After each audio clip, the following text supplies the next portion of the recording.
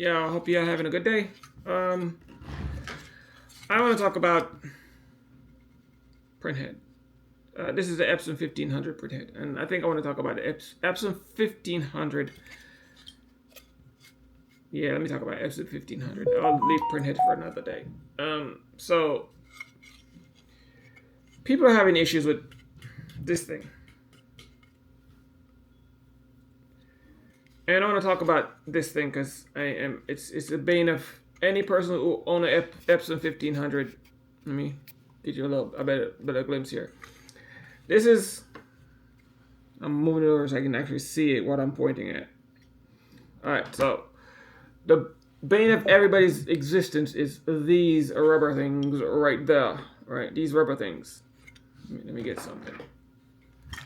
These rubber things right here.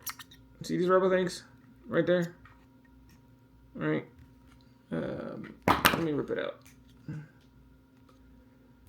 If you're wondering, yes, this might be a good printhead. I don't have a clue. I took it out of my Epson 1500 and the printer was giving issues, but I think the printhead was fine.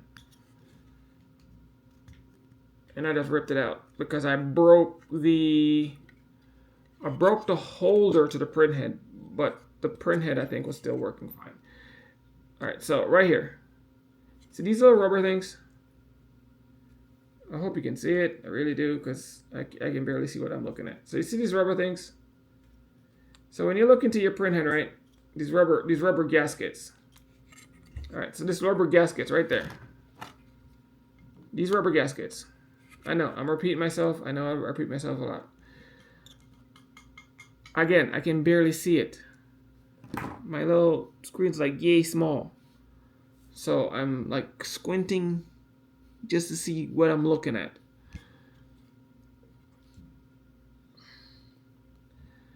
So when you have your cartridges installed, Epson's Epson's cartridges are designed to fit perfectly into the clips and then seal on top of these gaskets. All right. But the problem is, even though Epson cartridges are built perfectly to fit on top of these gaskets, if these gaskets get dirty, crusty, like that one right there. See how that one has that haze and stuff on it? See, the rest of them are black, but this one has that haze on it. And that one too. That's actually leaves room for air to pass through. Alright. So when these things are not sealing on the bottom of your cartridges, it creates little air pockets. Now, those air pockets are the bane of your existence.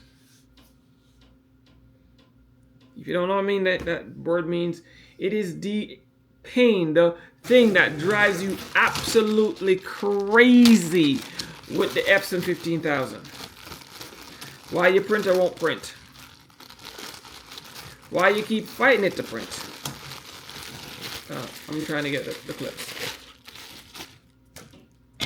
So this sits, give me a second. Here we go.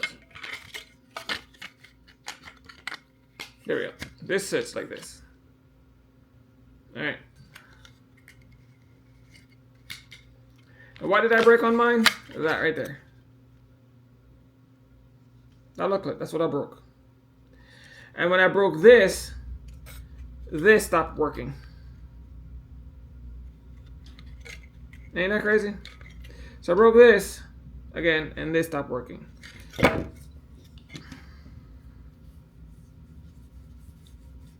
Let me say, this printer is a feat of engineering, but it's the shittiest piece of it's the crappiest piece of. It's just the crappiest piece of thing I've ever had my hands touch. It's built like pure crap. It's just horrible. As important as this little clip is, this clip is so important. I didn't know how important this clip was until I ran into the problem of that little thing breaking. And this thing is so important, you have no clue. This little thing, just this little thing. Much less this thing.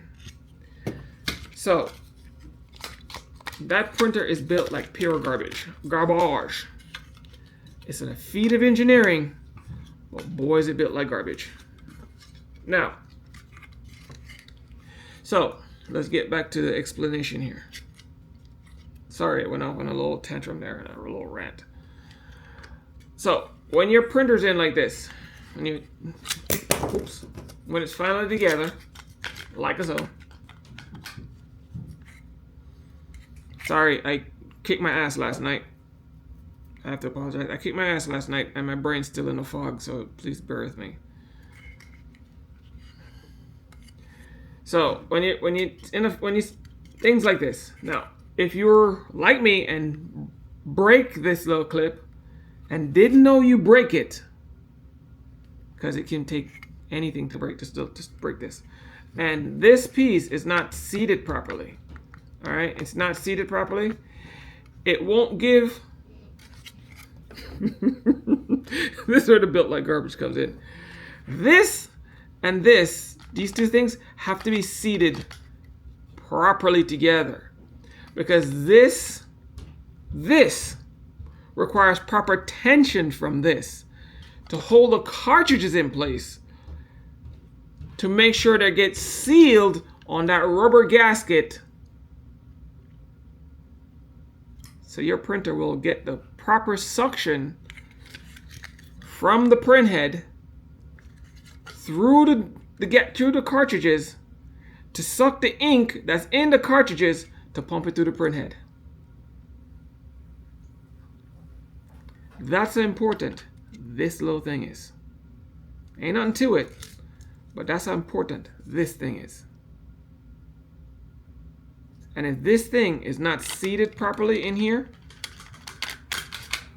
you're in for a world of hurt. So you may not think this is your printhead is your printer's working perfectly, when this thing might just be damaged. This piece might just be damaged, or this is not seated properly, or better yet, because a lot of people, especially when they're doing DTF, don't clean these rubbers. When they take the print thing off, they don't clean these little black rubbers, and they leave them kind of like that. Yes, you're in for a world of hurt. And that's why y'all having so much issues with this printer. I don't care if you're doing DTF, regular printing, I don't care what you're doing. If these rubbers are not kept maintained, you're in for a world of hurt. That's why when you take if you look at the regular cartridges, when you take them off and when you take them off, you notice there's like not much seepage anywhere. That's why Epson designed them specifically for that reason, so they don't seep anywhere. They put very little ink in there, so that when they take it off, there's like nothing on the on these little pads. That's why they do that, because if these things get dirty and buildup of ink, it won't seal, and because it won't seal, it won't create a vacuum. If it won't create a vacuum, it won't create suction. If it won't create suction, it won't print. So this is why I don't like. This is one of the main reasons why I don't recommend this printer for DTF. Part-time, yes. You print one time and you clean the hell out of it, and then you don't use it again for another week or so, because you're not really doing it very often. But if you're gonna do full-time printing, that's why I can't recommend this printer, man. It's a pain. Yeah. All right, you doing full-time printing? You put your cartridges in, and you never take them out. All right. Let me say it again. If you're doing full-time printing, you put your cartridges in one time and you never take them out. The second you take them out, you're introducing problems. Every time you take your cartridges out of this thing, you're introducing problems with DTF. Sublimation, I don't care what it is. All right? We use way too much ink to keep taking our cartridges out of this thing. And the new design they have with the little knobs, and I don't know, I've never tried it. I don't know anybody who have one to even, so I can even try it. I'm not gonna buy it because I just don't have the money to.